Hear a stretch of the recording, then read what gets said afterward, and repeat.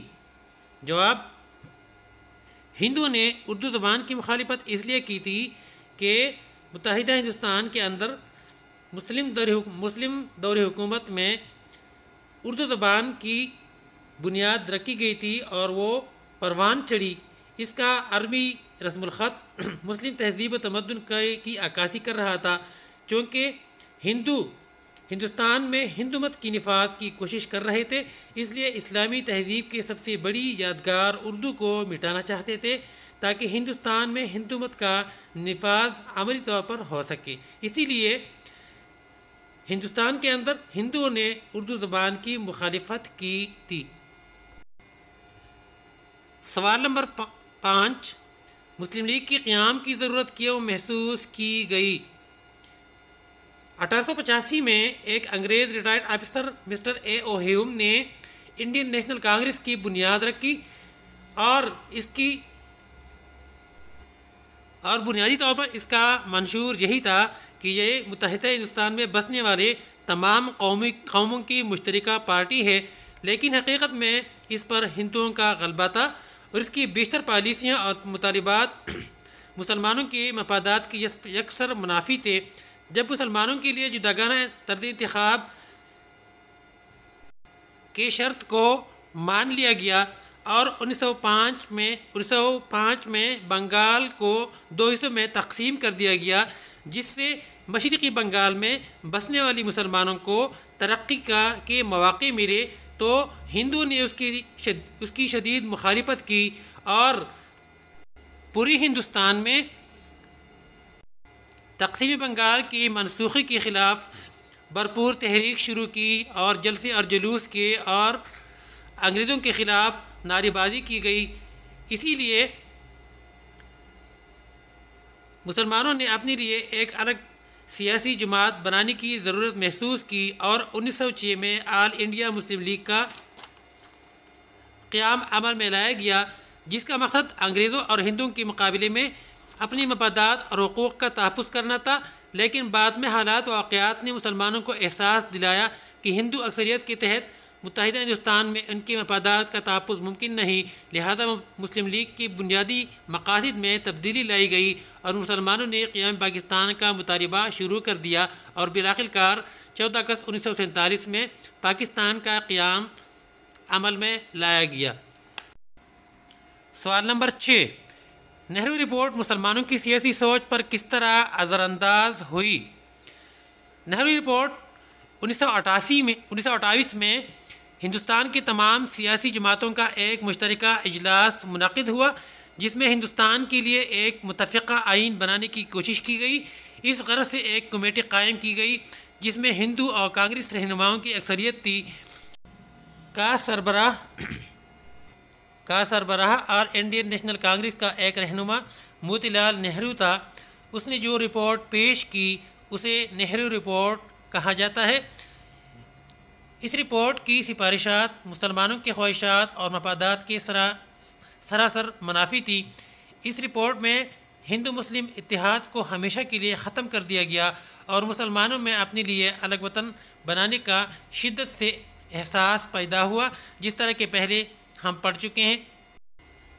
Nehru report میں مسلمانوں کی جداگانہ طرز انتخاب کی شرط کو رد کر دیا گیا اور اس کے علاوہ مرکزی مجلس قانون ساز میں مسلمانوں کو صرف 1/4 نشستیں دینے کی منظوری دی گئی، جو مسلمانوں کے لیے بالکل قابل قبول نہیں تھی۔ یہی وجہ تھی کہ نہرو رپورٹ مسلمانوں کی سیاسی سوچ پر بہت بری طرح اثر انداز ہو گئی۔ عزیز طلبہ، اپنا ہوم ورک نوٹ کر لیں کہ مشقی سوالات میں صفحہ نمبر 13 اور 14 پر دیے گئے سوالات میں سے درست جواب کا انتخاب کر کے اپنی کاپیوں میں بہترین رائٹنگ کے ساتھ لکھ لیں۔ اس کے ساتھ ساتھ مختصر سوالات میں نظریہ پاک کوشچن نمبر 1، 2، 3، 4، 5 اور 6 کے جوابات تحریر کر کے اپنی کاپیوں میں بہترین خط کے ساتھ لکھیں۔ اللہ تعالی ہمارا حامی و ناصر ہو۔ اللہ حافظ۔